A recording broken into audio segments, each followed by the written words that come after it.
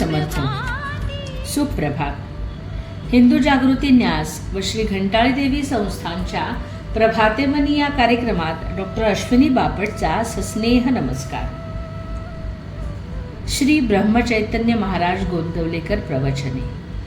11 मे. थोडे वाचावे पण कृतीत आणावे.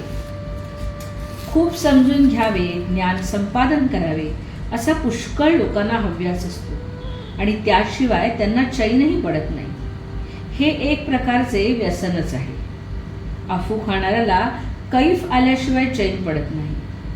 थोडी अफू पचनी पडली की कैफ येत नाही, म्हणून तो आणखी अफू कैफ येईपर्यंत खातो. असे होता होता अधिकाधिक अफू पचनी पडत जाते आणि शेवटी इतकी अफू खाण्याची वेळ येते की त्यातच त्याचा अंत होतो.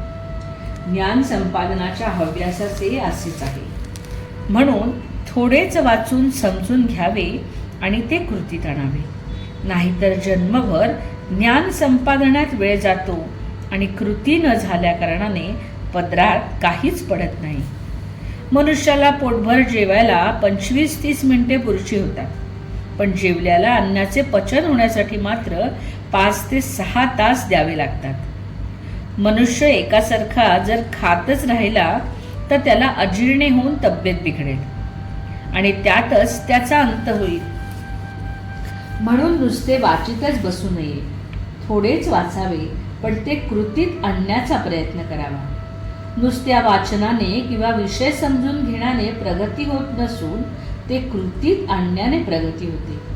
म्हणून केवळ समजावून घेण्यापेक्षा ते कृतीत आणण्यावर भर असावा. आपले आकुंचित मन विशाल करणे, आपण स्वार्थी ते निस्वार्थी बनणे हेच खऱ्या वेदांताचे मर्म आहे. नुसत्या विचाराने तत्वज्ञान निश्चित होणार नाही. त्यासाठी साधना करायला पाहिजे. जग सुधारायच्या नादी लागू नका. स्वतःला सुधारा की त्या मानाने जग सुधारेलच. आपण सुधारलो नाही तर मग जग सुधारले नाहीच. वस्तू ही सुखाचे साधन असून आपण भ्रमाने तिलाच सुखरूप मानतो. याचा परिणाम असा होतो की वस्तूच्या सहाय्याने सुख मिळवण्याचा प्रयत्न करण्याऐवजी आपण वस्तूच जास्त मिळवण्याच्या मागे लागतो आणि शेवटी दुःखी बनतो. कर्माला सुरुवात करताना फळ मिळते किंवा नाही म्हणून काळजी आणि दुःख होते. कर्म करीत असताना फळाकडे चित्त लागल्याने कर्माचे कष्ट होतात म्हणून दुःख होते. कर्म संपून फळ मिळाले नाही तर दुःख होते आणि फळ मिळालेच तर त्यातून नवीन आशा उत्पन्न होऊन फळ मिळाल्याचा आनंद ती मारून टाकते, पण दुःख होते.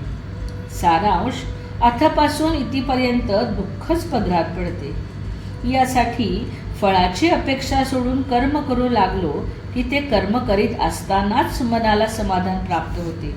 म्हणून परमार्थाकडे रोकडा व्यवहार आहे, उधारीचा नाही, असे सर्व संतांचे सांगणे आहे. बोधवचन. अधिक वाचू नका. जे काही थोडे वाचाल त्याचे मनन करा आणि ते कृतीत आणा. आजचा हिंदू कर्तव्य दिन विशेष. 11 मे. विनायक चतुर्थी, श्री रामानुजाचार्य जयंती.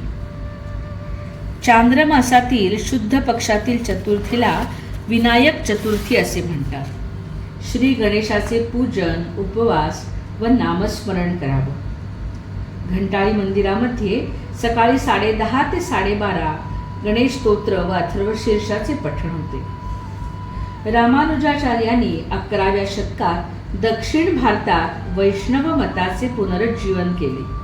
रामानुजपंथी सर्व देशभर आहेत. तिरुपती बालाजीची पूजा रामानुजाचार्यांनीच घालून दिलेल्या पद्धतीने होते. त्यांच्या विशिष्टाद्वैत मतावरचा ग्रंथ काश्मीरमध्ये जाऊन त्यांनी लिहिला आहे. रसिक हो, रामरायाचे व श्री घंटाळी देवीचे आशीर्वाद आपल्या कुटुंबावर अक्षय राहोत. जानकी जीवन स्मरण. जय जय श्रीराम.